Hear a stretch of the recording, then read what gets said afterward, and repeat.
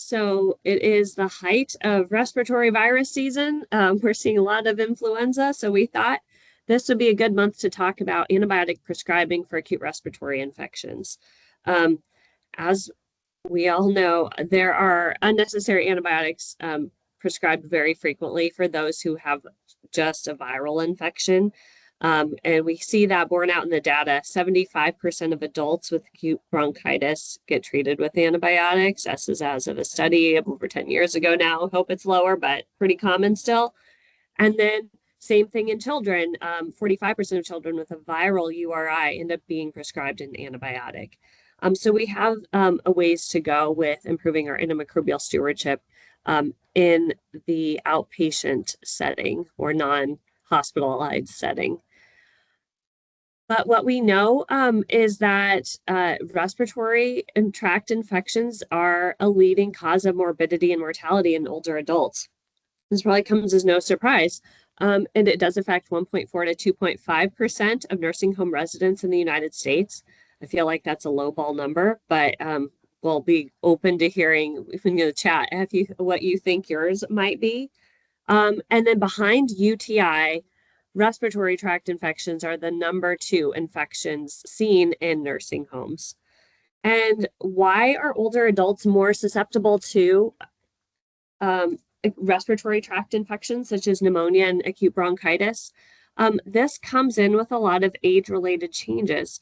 Having some of these different physiologic changes results in more susceptibility to bacteria and pneumonia than those when they were younger. So, for example, we see that many have a diminished cough and gag reflex as we age, and that's common, and that results in aspiration commonly. Similarly, there's reduced mucociliary clearance. So what that means is your natural airway has these tiny little cilia, is what they're called, and they help propel mucus up so that you're not inhaling it. You're constantly coughing it up or your throat clearing, and that's helping get that out. And that's a normal physiologic function, but that often decreases over time. Another reason someone may be more susceptible to respiratory tract infections is because they have decreased muscle strength in their respiratory muscles. So your diaphragm in particular is what controls your breathing. But there also may be other reasons that someone can't take a deep breath. For example, if there's somebody who has pain, so if anyone's ever had a rib fracture, you can know there's a lot that may not, someone may not want to take deeper breaths because it's painful, but there's a lot of different reasons that can decrease. And that's similar to decreased chest wall compliance and elastic recoil. What we're really getting at there is COPD and emphysema. The chest wall is just not the same. And so there's a lot, and then put these together, some may have multiple things going on, and you're just going to have more susceptibility to pneumonias, bronchitis, and other respiratory infections. So the question then becomes, when do you decide if a resident does need antibiotics? So that's where we're really going to dive in today. And I'm going to take it in three steps here. First is it's important to identify the syndrome, like what is actually going on. And I'll walk you through some anatomical, where is the problem. Second, it's important to think about infection mimickers. So when someone has shortness of breath or a cough, it's not always pneumonia. It can be a whole bunch of different things, including heart failure and reflux and a whole, there's a huge list. And then third, there are Loeb criteria for lower respiratory tract infections, and they help define some syndromes, respiratory syndromes as well. So we're going to review those in our third step. So first, let's talk about, identifying the syndrome. If someone has a cough, there could be any number of issues going on that could be affected. So, for example, if we get a cold, we're having runny nose, we have a lot of mucus building up in our nasal passages, and that can go down the airway, and you can have postnasal drip, for example, constantly swallowing mucus. It's really thin initially, and that can make you have a cough. And then similarly, we'll get more nuanced in where if someone has a cold, it may be affecting their nose. You can have some pharyngitis, which is just inflammation of the throat. If you lose your voice or become hoarse, then you have your larynx is affected. And then as we go into the lower respiratory tract, that's where we start to see bronchitis, which is the airway. And then that's a respiratory tree. It breaks into the little branches. And when we start seeing infection in what we call the lung parenchyma, that's where we start seeing pneumonia. So just wanted to get like an overall picture here. And then if we zoom in, we can have anything from simple the common cold or an acute viral respiratory infection, or also known as a viral URI, where this is just kind of example a little bit more when you get an initial cold and you have that really runny nose and liquid mucus that then it causes, like I said, post-nasal drip and sore throat. Also can develop headaches. And as you think about this, as this thickens up, if you either because someone took a decongestant or because of the natural process of the viral infection itself, then it turns into that mucus can start getting thicker and you start developing sinus pressure or sinus congestion. When that turns to pus, then we call it bacterial sinusitis. I've seen it a lot of times where just having the mucus build up there in general can make you have, some people call that they have sinusitis when you're plugged up, but really you don't need antibiotics until that turns into pus. So that's something your provider may want to assess for. So let's look at the timing because this is helpful when you're distinguishing between rhinitis or viral URI with a bacterial sinusitis. So the regular cold, oh, sorry, we just need to get some people on mute here. Thank you. For viral URIs, as many of you probably we've all experienced, symptoms usually are abating by about 10 days. Sometimes it takes a couple weeks. You can have that some lingering effects, but the acute symptoms are within a few days to about 10 days. Hopefully less, more like a week. If someone if we're seeing a lot of influenza, for example, then that's when we want to test for either flu, RSV, COVID. And then if there is something we have a treatment for, like COVID or flu, that's when we have treatment available. But otherwise, it's really symptomatic support, and that includes hydration. Sometimes analgesics help for, say, headaches or pharyngitis with some like Tylenol or ibuprofen if they're eligible, if someone's eligible to have that. Mucolytics, that's things like there's a whole bunch on the market, but those would be like Mucinex, Robitussin, different things that help break up the mucus and allow you to cough it up or a dispel of it in some way. But really, I think the most important thing when it comes to nasal congestion, sinus pressure is saline irrigation. And then finally rest. When it comes to developing acute bacterial sinusitis, this is usually when someone's had the viral URI and then that mucus sits in the sinuses and then gets bacteria infected, and then it starting to turn into pus. That's why we usually say this happens 10 to 14 days after the initial symptom. So usually, about, let's say, a week or two after the initial cold. And why this is called a biphasic course is that someone has a cold, a URI, they start to feel better, and then they feel worse again. And that's where the concern is. Now we've got bacterial infection of that mucus in the sinuses.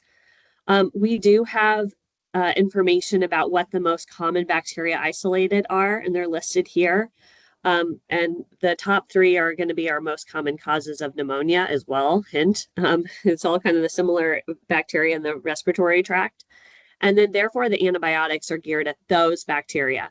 So commonly you'll see amoxicillin or augmentin, amoxicillin clavulanate, used to treat sinusitis. But again, both of these it's important to use good irrigation. Sinus rinses with saline are really helpful for symptomatic relief.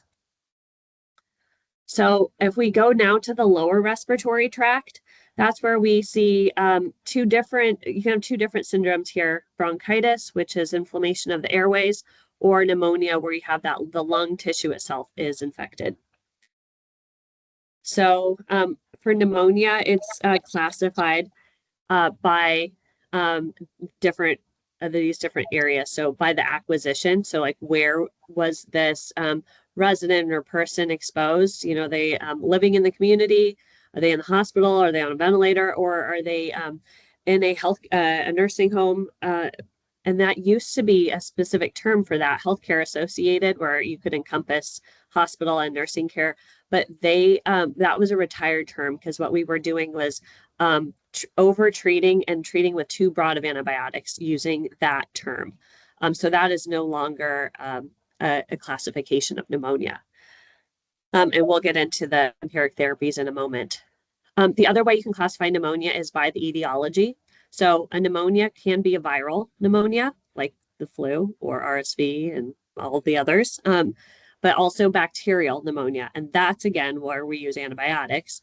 And then, of course, you can have both. Viral turns into bacterial, or it can turn into a potential fungal infection, usually if someone's immunocompromised. Aspiration pneumonia is another common term, and very, very, very common in general. And that's where, again, that's kind of obvious to a lot of us, but you're inhaling liquid that shouldn't be in your airway. So either inhaling saliva or stomach contents, or whatever someone might be eating or drinking is going down into the airways and then to the lungs. That would be that causes chemical inflammation. That does not require antibiotics very frequently. So that is a common reason for antibiotics, but often is not necessary. And then finally, the other way you can classify pneumonia is by radiologic or exam findings. So that's where we get into lobar. So like, oh, we think it's the left lower lung that is infected. Or you may see on an exam or radiograph, you hear crackles kind of all over, or you may identify that on the x-ray in multiple lobes of the lungs, and that would be called multifocal. Pneumonia ultimately is a clinical diagnosis, meaning someone needs to have respiratory symptoms that correspond with the pneumonia. So either cough, shortness of breath, dyspnea on exertion, plus you have lung infiltrates either on exam or radiographically. When we say presenting symptoms, here are some examples. So that could be fever, pleuritic chest pain, so pain when taking a deep breath, tachypnea, or high respiratory rate, decline in mental status, new or increased cough, sputum production, and shortness of breath. And you'll see these, several of these come up when we get to lobe. So, number two, in our classification on when do they need antibiotics or not, it's important to think about infectious mimickers. So like we mentioned, there's so many etiologies for a cough. It's important to think through what else could be happening. So again, we mentioned, with increased age, we move more comorbidities, and then often more medications. So things that non-infectious conditions that can cause respiratory symptoms can be heart failure, COPD. These can have overlapping symptoms, shortness of breath and cough. And so contextual clues become really important. Other causes of cough, I was getting at this kind of as we were going, can be simple, just post-nasal drip, aspiration, like I mentioned before, GERD or reflux, heart failure.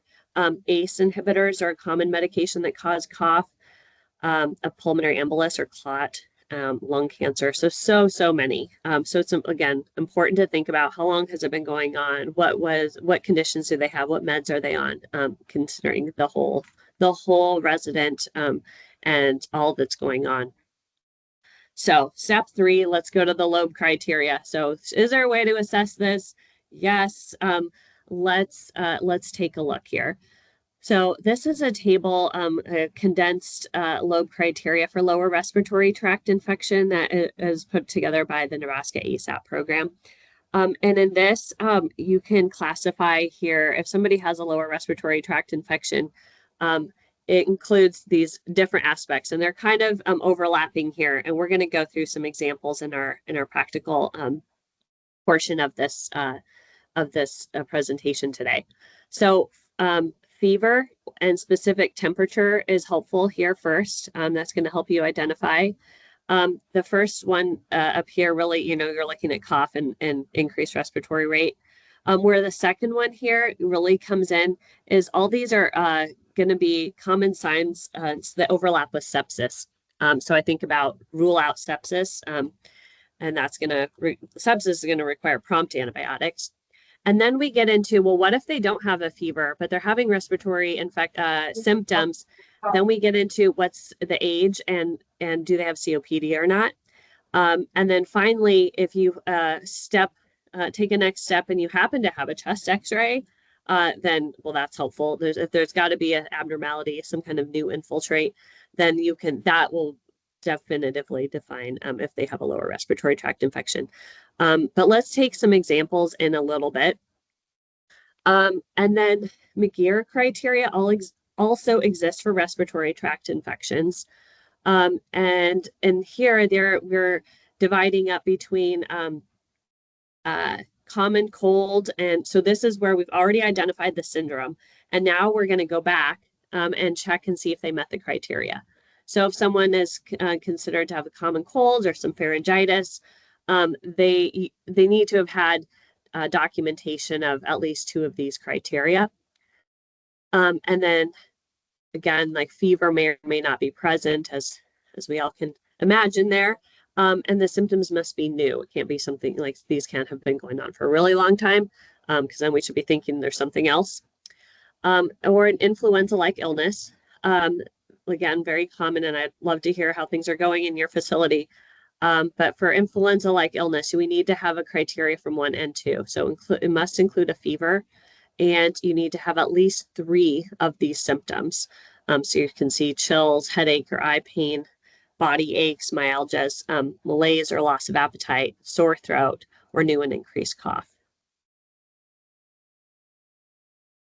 Next, through McGeer criteria, pneumonia. This one, this does require McGeer to have had an X-ray. Oops, I went too far. Chest X-ray, and where you would see a new infiltrate. For criteria number 2, this gets at our symptoms and exam findings. And number 3 here, at least one of the following criteria: fever, leukocytosis. So we've had labs now, acute mental status change or acute functional decline.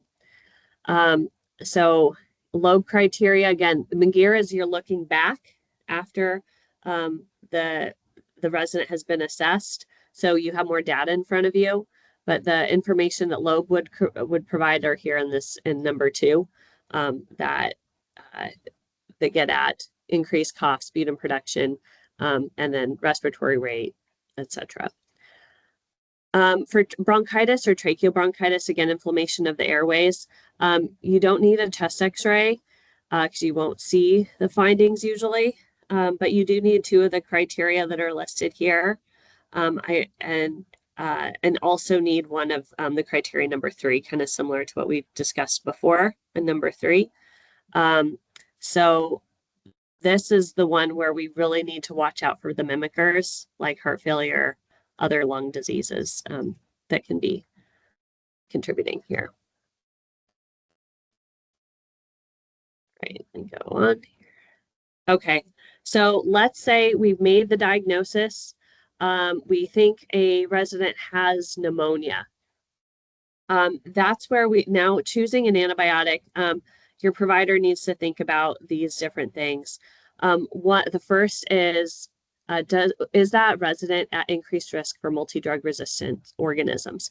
And that's really getting at their own microbiologic history. Have they had MRSA before? Have they had Pseudomonas before? That will drive the empiric regimen. However, of course, it doesn't mean that everyone needs antibiotics that include MRSA and Pseudomonal coverage. And it doesn't always mean pneumonia. Again, doesn't always mean bacterial pneumonia. Viral etiologies are very common, and but they're more common in nursing home residents than community dwellers. I think that also depends on the context and time of year. But we do see more than half of pneumonias are due to viral infections. But again, like I said, varies on a lot of different things.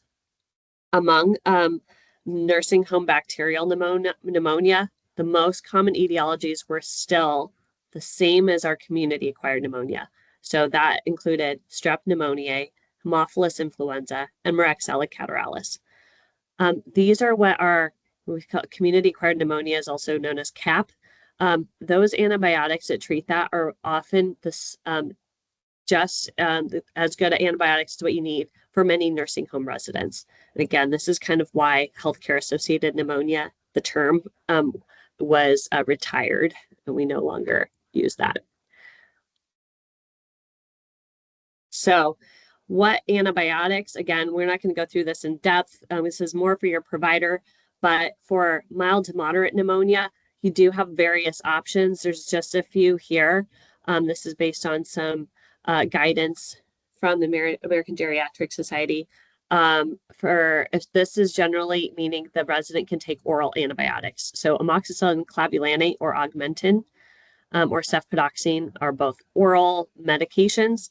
And then doxycycline and levofloxacin are also options. If they're having severe pneumonia, then they probably are going to be in the hospital needing IV antibiotics.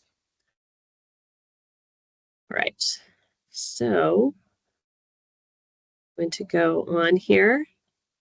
I'll let Katerina tell us if we've stopped our recording.